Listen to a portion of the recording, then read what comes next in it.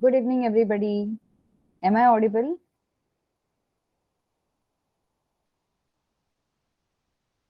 Yes, good evening. Can you hear me? Okay. Hi, Mriganka. Okay, all right. Hello, Safiur. Hello, Sonam.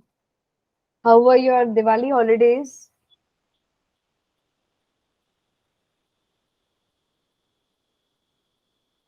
How were your Diwali? Very good. Okay.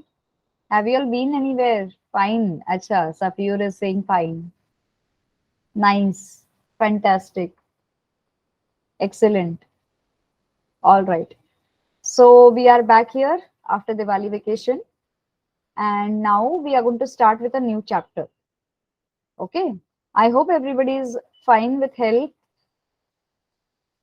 Yes, everybody is fine health wise. Okay, fantastic. Mriganka, whenever the recording starts now, you have to record your attendance with your name, class, and your area, your locality where you stay.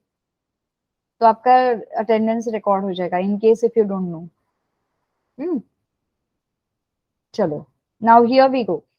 Today we are going to start with a new chapter. One moment. I'll be right back.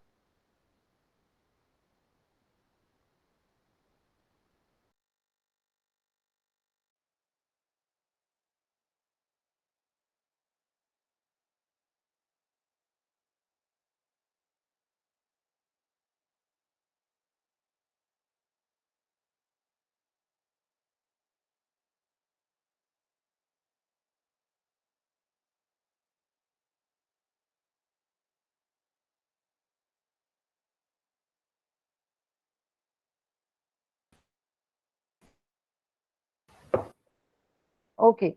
Can you hear me now? Yeah. Okay. Mriganka, you are from Assam. Okay. Okay, fantastic. Chalo, theek hai. So, before we are starting with a new chapter, I would like to, give you an idea what we are going to learn about this. Now, on Earth, on our planet Earth, we have so many other things. Agreed? Most of the things have been derived from ancient world. Okay काफी time से ये सारी चीजें जो थी okay जो natural form में चलती आ रही है जिसे हम यूज करते जा रहे हैं from ancient times right from the stone age era से do you agree with me यहाँ तक yes now these are for example ancient time से हम क्या यूज करते आए हैं लेट्स से स्टोन एज के टाइम से हम ऑयल यूज करते आए हैं फॉसिल फ्यूल यूज करते आए हैं ओके आगे चलते चलते हमने पेट्रोल एक्सट्रैक्ट करना सीखा हमने अलग अलग प्रेशियस स्टोन्स एक्सट्रैक्ट करने सीखे we have started extracting precious stones yes then we have started extracting coal we have started extracting let's say अलग अलग टाइप के stones marble granite वगैरह वगैरह so what do you call these all naturally occurring substances as what do you mean by all these naturally occurring substances when you use it for your own purpose but you have derived it from the nature what do you call them as yes anyone absolutely natural resources we call it as a natural resources resources जो हम use कर रहे हैं जो हमें nature ने दिए हैं ठीक है so we call it as a natural resources and today's our topic of interest is the same natural resources ठीक है so we are going to learn more about natural resources here I'm sharing my screen with you all hi Prisha how were your holidays Diwali holidays अच्छे थे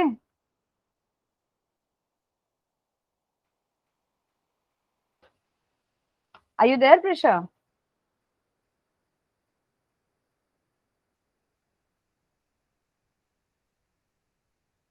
Okay, achate, good, good, good. Health wise, you're okay, Prisha? Yes, fantastic. All right, so I'm sharing my screen. We have just started with a new chapter, and here we go. Sharing a window. No worries, Prisha, it's all right. ठीक है, ठीक है. So यहाँ पे मुझे पूरा का पूरा, एक minute, just remove this tab. Okay, so here we are. Can you see my screen, everybody? Yes? Okay, fantastic. So we are started with natural resources. Now our planet Earth is the only one in which life is found so far. जितना हमने discover किया है, जितने हमने inventions देखे हैं, हमें ये पता है पूरे ब्रह्मांड में, ओके, ब्रह्मांड छोड़िए, पूरे इसमें मिल्की वे में, गैलेक्सी में हमारी प्लेनेट अर्थ एक ऐसी जगह है जहाँ पे लाइफ एग्जिस्ट होती है. Life on earth is dependent on many factors. हमारी अर्थ पे जो लाइफ है वो बहुत सारे फैक्टर्स पे डिपेंड है, जैसे कि life forms. We know need now need to know an ambient temperature, water and food. और ये लाइफ फॉर्म के लिए सबसे इंपॉर्टेंट क्या है? Favourable temperature. एम्बिएंट टेम्परेचर मतलब जो उसको फेवर करने वाला टेम्परेचर, पानी और खाना. कोई भी लाइफ फॉर्म के लिए पानी और खाना बहुत जरूरत होती है और टेम्परेचर की बहुत जरूरत होती है. अगर एक्सट्रीम टेम्परेचर हो तो लाइफ फॉर्म सर्वाइव नहीं करते हैं. अगर लोअर टेम्परेचर हो तो भी नहीं करते. अगर एडजस्टेबल टेम्परेचर हो जहाँ पे लाइफ फॉर्म ग्रो हो सकते हैं, मल्टीप्लाई हो सकते हैं, वहां पे लाइफ फॉर्म सर्वाइव करते हैं. The resources available on the earth and energy from the sun are necessary to meet basic requirements of all the life forms on the earth. ठीक है. सो सन से अवेलेबल रिसोर्सेज, सन से अवेलेबल जो है energy, ठीक है, और अर्थ के ऊपर जितने सारे रिसोर्सेज है नेचुरल, ये सारे क्या करते हैं? हमारी बेसिक लाइफ फॉर्म के रिक्वायरमेंट को मीट करते हैं. What are this resources on the earth? अब इन रिसोर्सेज को हम क्या कहा जाए? These are the land, water and air. These are what? Which are available on the earth. एक तो है land, दूसरा है water and तीसरा है air. ठीक है. So these are obviously naturally occurring resources on the earth. The outer crust of the earth is called as lithosphere. आप लोगों ने पढ़ा होगा पहले, lithosphere, stratosphere, ionosphere, atmosphere, ये सारे नाम पढ़े पढ़े हैं, जाने जाने से है.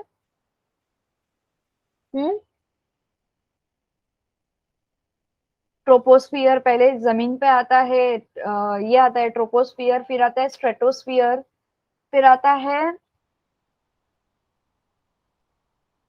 लिथोस्फियर, फिर आता है आइनोस्फियर जो बाहर स्पेस की ओर चले जाता है. इन सारी जगहों पे अलग अलग, ये क्या बोलते हैं, अलग अलग ऑल्टीट्यूड्स पे प्लेन कहीं उड़ते हैं, कई और ऑल्टीट्यूड पे हमारे सैटेलाइट घूमते हैं, ऑर्बिट होते हैं, right. So these are all spheres of the earth. Depending upon the temperature, depending upon the altitude, ये सारी sphere of the earth हमें useful होते हैं. ठीक है. So ये उसमें से एक है lithosphere. So outer crust of the earth is called as lithosphere. जो जमीन के नजदीक जगह है उसे lithosphere कहा जाता है. और इस lithosphere पे water covers around 75% of the earth surface. अर्थ की सरफेस का 75% वाटर कवर होता है. It is also found underground. These comprises the hydrosphere. Underground पानी भी होता है जिसे हम क्या बोलते हैं? Hydrosphere. The air that covers the whole earth like a blanket is called as atmosphere. Okay. So lithosphere है लैंड. लिथोस्फीयर लैंड को बोला जाता है. ठीक है. फिर उसके बाद पानी को बोला जाता है हाइड्रोस्फीयर, और अर्थ के ऊपर ब्लैंकेट जैसे कवर्ड होने वाले एयर को बोला जाता है atmosphere. So far it is clear? Yes students?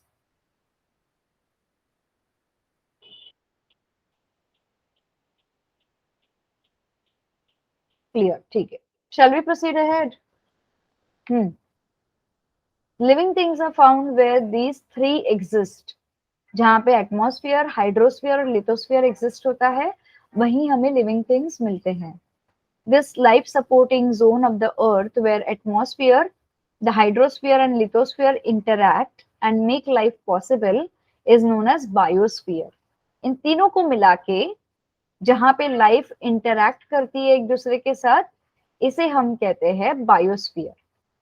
Okay, जहाँ पे एटमॉस्फेयर, लिथोस्फीयर, हाइड्रोस्फीयर, ये तीनों के ऑर्गेनिज्म एक दूसरे से इंटरैक्ट कर पाते हैं, we call it as a biosphere. Living things constitute the biotic component of the biosphere. Okay, biotic का मतलब क्या है? बायोटिक मतलब जिसमें जान है, अबायोटिक मतलब जिसमें जान नहीं है। ओके, सो जितनी सारी लिविंग थिंग्स है अर्थ पे, वो सारे बायोटिक कंपोनेंट में आते हैं। फॉर एग्जाम्पल प्लांट और एनिमल बायोटिक कंपोनेंट में आते हैं अर्थ के। ठीक है, so living things comprises of biotic component of the biosphere. ठीक है, the air, water and soil form non living component, जिसे बोलते हैं abiotic component. Now let us study this abiotic component in detail in order to understand their role in sustaining life on the earth. Obviously, biotic component, okay, biotic component और abiotic component, ये दोनों का interaction होता है। इन दोनों का interaction होता है लिविंग थिंग्स को अर्थ पे सरवाइव करवाने के लिए। Okay, so far it is clear everybody? Clear? All good? ठीक है, next is, now we are going to see, यहाँ पे the air, the water and the soil forms non living things और abiotic component of biosphere. Let us study this abiotic component in detail in order to understand their role in sustaining life on the earth. Now breathe. The breath of life is called as air.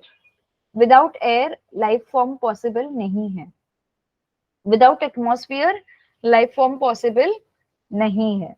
So we have already talked about composition of air in the first chapter. It is a mixture of many gases like nitrogen, oxygen, carbon dioxide, and water vapors. It is interesting to note that even composition of air is a result of life on the earth. Okay? ये जो composition है ना, nitrogen, oxygen, carbon dioxide और water vapour, इसकी वजह से life on the earth possible है. In the planets such as Venus and Mars, where no life is known to exist, the major component of the atmosphere is found to be carbon dioxide. जहाँ पे life exist नहीं होती है, for example Venus and Mars, तो वहां पे पाया गया है कि बहुत सारा कार्बन डाइऑक्साइड है। इसके लिए वहां पे कार्बन डाइऑक्साइड की वजह से टेम्परेचर बढ़े है, और इस टेम्परेचर बढ़ने के कारण लाइफ फॉर्म पॉसिबल नहीं हुआ है। यहाँ तक सभी को क्लियर है? Yes? Okay. In fact, carbon dioxide constitutes up to 90 to 97% of the atmosphere of Venus and Mars. Venus और Mars के ऊपर 90 to 97% of carbon dioxide है, यानी कि वहां पे कार्बन को कम करना पॉसिबल ही नहीं है, जिसकी वजह से वहां पे लाइफ फॉर्म पॉसिबल नहीं है. Eukaryotic and many prokaryotic cells discussed in chapter 5 need oxygen to break down glucose molecules and get energy for the activities. आपने चैप्टर 5 में पढ़ा है ऑलरेडी, हमारी बॉडी को एनर्जी कैसे मिलती है? Am I correct?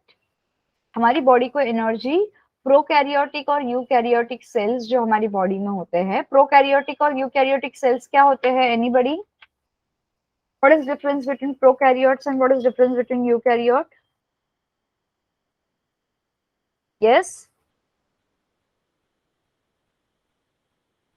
Anybody?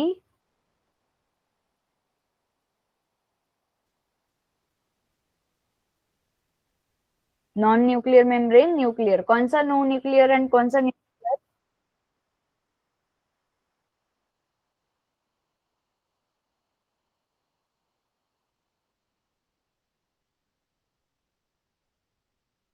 Perfect, perfect,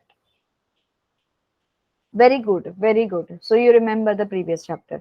so basically एक ही फीचर आप याद रखो फिलहाल ये चैप्टर के लिए. The organisms which have membrane bound around the nucleus is called as eukaryotic, and prokaryotic has no nucleus. Okay, जिसके न्यूक्लियस, सॉरी, न्यूक्लियस के बाहर मेम्ब्रेन नहीं होता है, कवरिंग नहीं होती है. यूकैरियोटिक में कवरिंग होती है. सो यहाँ पे we have eukaryotic cells and many prokaryotic cells discussed in chapter 5 need oxygen to break down the glucose molecules and get energy for their activities. This results in production of carbon dioxide. Okay. Another process which result in consumption of oxygen and concomitant production of carbon dioxide is a combustion. ठीक है. So ये जो carbon dioxide क्या कराता है, combustion कराता है. इसके लिए वहां पे फेवरेबल एनवायरनमेंट होना पॉसिबल नहीं है. This includes not just human activities, just which burn fuels to get energy, but also the forest fires. Despite of this, the percentage of carbon dioxide in our atmosphere is mere fraction of a percent because carbon dioxide is fixed in two ways. Okay? हमारे यहाँ पे burning burning हो रहा है, green house gases बढ़ रहे हैं, carbon dioxide की प्रमाण भी बढ़ रही है, पर एकदम 95% नहीं बढ़ रही है. 0.01% से 0.02% हो सकती है. ओके, जो कि हार्मफुल है ऑब्वियसली. बट हमारे यहाँ पे कार्बन डाइऑक्साइड फिक्स करने के लिए दो पाथवेज है. एक तो ग्रीन प्लांट्स है जो कार्बन डाइऑक्साइड को ग्लूकोज में कन्वर्ट करते हैं in the presence of sunlight, और दूसरा है many marine animals use carbonates dissolved in sea water to make their shells. ठीक है, तो ये जो पानी के अंदर भी कार्बन डाइऑक्साइड डिसॉल्व होता है वो मरीन एनिमल्स उसको फिक्स करते हैं. तो दो तरह से हमें कार्बन डाइऑक्साइड से बैलेंस मिलता है. So far it is clear? Yes, class? Everybody? Yes, perfect. So the role of atmosphere in climate control. अभी जो atmosphere का रोल क्या है climate control में, हमारी atmosphere कौन सी ऐसी ये contribution बताती है जिससे climate control रहता है. Okay?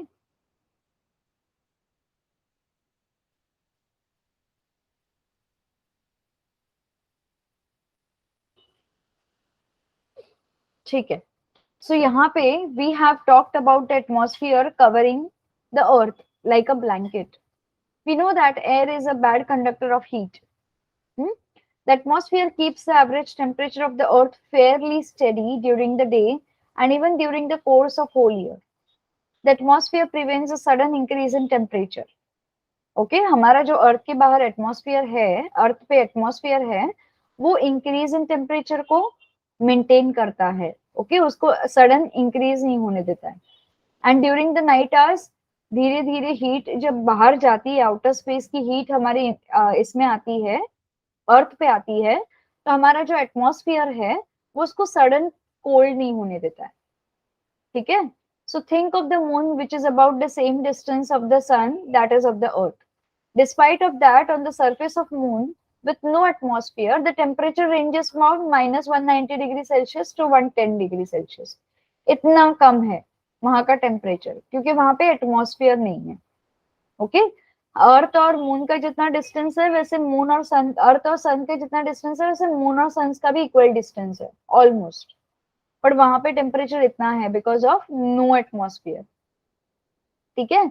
सो ये जो हमारी अर्थ की एटमॉस्फेयर है वो क्या करती है, हमारी हीट को बाहर एस्केप नहीं होने देती है कंप्लीटली, और बाहर की ठंडी हवा को, स्पेस की ठंडी हवा और स्पेस के हार्मफुल रेज को अर्थ पे डायरेक्टली आने नहीं देती है. ठीक है. So far it is clear everybody? So far it is clear? Good.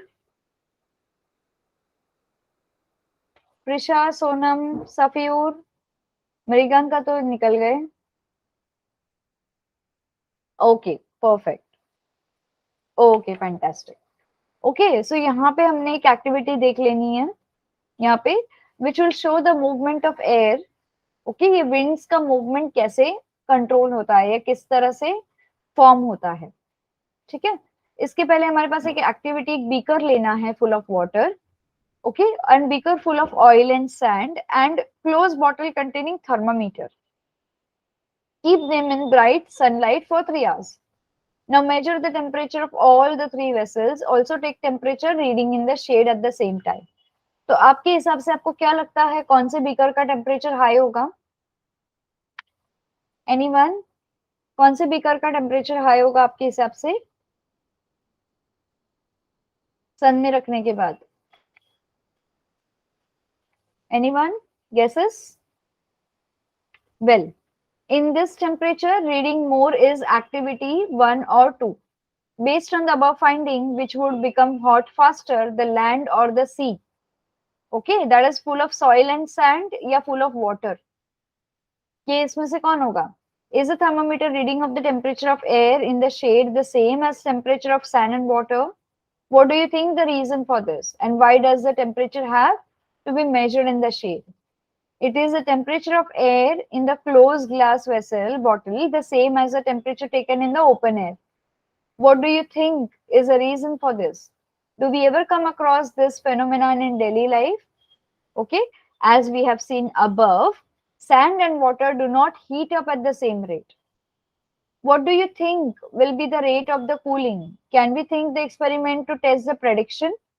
Okay, इन सारे सवालों का जवाब हमें यहाँ पे मिलेगा द मूवमेंट ऑफ एयर में. Okay, yes Presha. Water, Sonam is saying land. क्यों?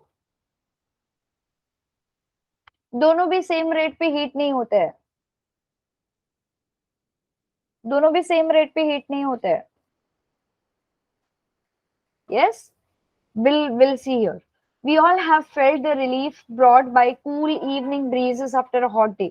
समर सीजन में यूजुअली ये बहुत होता है.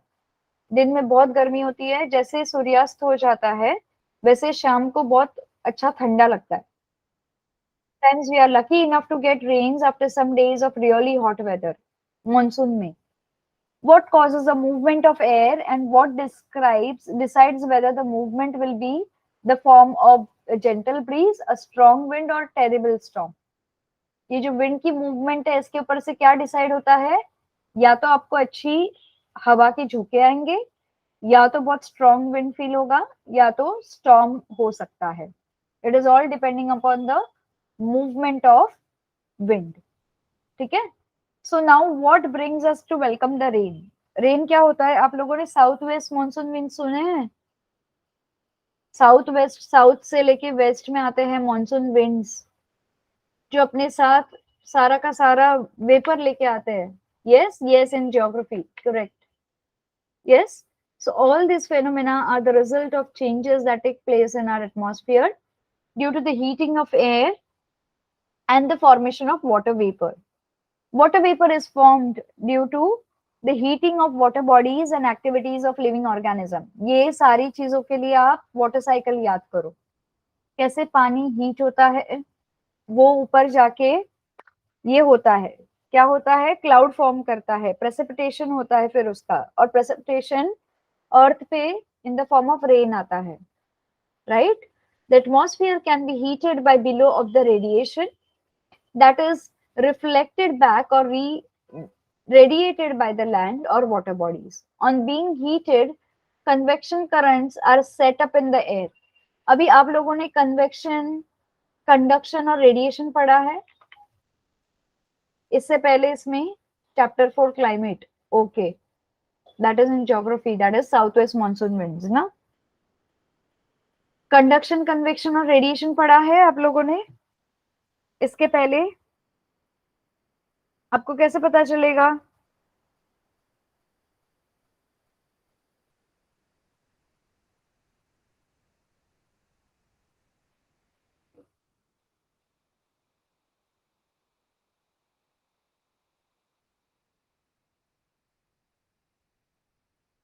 पढ़ा है किसी ने? Yes, but not radiation. Okay, ठीक है.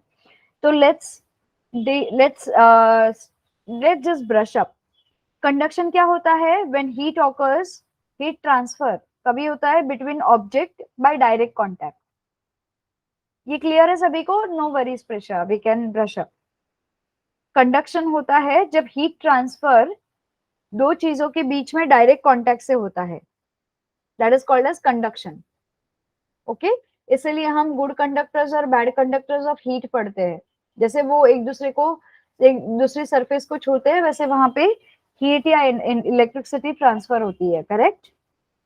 नाउ इन कन्वेक्शन क्या होता है? Heat transfer takes place within the fluid, liquid में. ओके, और रेडिएशन में क्या होता है? Heat transfer takes place through electromagnetic waves. उसमें टच की जरूरत नहीं है, पार्टिकल के एक दूसरे को डायरेक्टली कांटेक्ट में आने की जरूरत नहीं है. Heat transfer beyond the wall भी हो सकता है, जैसे कि हम mobile signals, television signal, these are all radiations. हम बोलते हैं ना मोबाइल रेडिएशन बहुत स्ट्रॉन्ग है, इसके रेडिएशन बहुत स्ट्रॉन्ग है, right? So radiations are nothing but the transfer of heat taking place, okay, through electromagnetic waves. किसी को किसी के कांटेक्ट में आने की जरूरत नहीं है। Electromagnetic waves can even cross the walls, wall के बीच में से भी निकल सकते हैं। सो फार क्लियर? सो कंडक्शन में क्या होता है? Between two objects by direct contact heat transfer होती है, टच करके, छू के, या वो एक दूसरे के ऑब्जेक्ट को बाजू बाजू में रख के। कन्वेक्शन में क्या होता है? हीट ट्रांसफर फ्लूइड में होती है, ओके, फ्लूइड के फ्लूइड में होती है, लिक्विड में होती है। और रेडिएशन में इलेक्ट्रोमैग्नेटिक वेव्स होते हैं प्रेजेंट। इतना क्लियर है सभी को? Okay, you studied in 6th, all right, okay, कोई बात नहीं, ठीक है। So now we are back here. The atmosphere can be heated from below by the radiation that is reflected by or re-radiated by the land or water bodies. So this radiation is coming from outside the surface, outside the earth, radiation आता है, लेकिन हमारी atmosphere के कारण क्या हो जाता है? ये रेडिएशन ब्लॉक हो जाता है, रिफ्लेक्ट होता है और री रेडिएट होता है। री रेडिएट होता है मतलब हमारे एटमॉस्फेयर के अंदर ही रिफ्लेक्ट होते रहता है, ओके, क्योंकि हमारी एटमॉस्फेयर का जो ब्लैंकेट है, एयर का ब्लैंकेट है, वो रेडिएशन या फिर हीट को बाहर नहीं जाने देता है, बहुत कम हीट को बाहर जाने देता है, तो अंदर के अंदर मैक्सिमम अमाउंट रिफ्लेक्ट होती है। On being heated convection currents are set up in the air, ठीक है। एक बार हीट हो गया एटमॉस्फेयर तो कन्वेक्शन करंट एयर में होते ही है। जब वो ये रेडिएशन के कांटेक्ट में आते हैं, in order to gain some understanding of the nature of the convection currents, let us perform the following activity. So this is an activity जिससे हमें पता चलेगा कि कन्वेक्शन करंट क्या है, ठीक है। All right, now what I want to say is today we will stop here, ठीक है। आज 30 मिनट्स के लिए will stop here, we can continue next time, okay। I'm going to show you one experiment next time, so next time I'll show you one experiment, then we can continue. Is that okay for today? आज 30 minutes लेते हैं, next time I'll take for 1 hour and I'll show you the experiment and I'll show you that also. Sonam, Safi और Prisha, is that good for you, both of all three of you? Okay, चलो ठीक है। Any queries so far? Okay, चलो, bye bye, see you soon.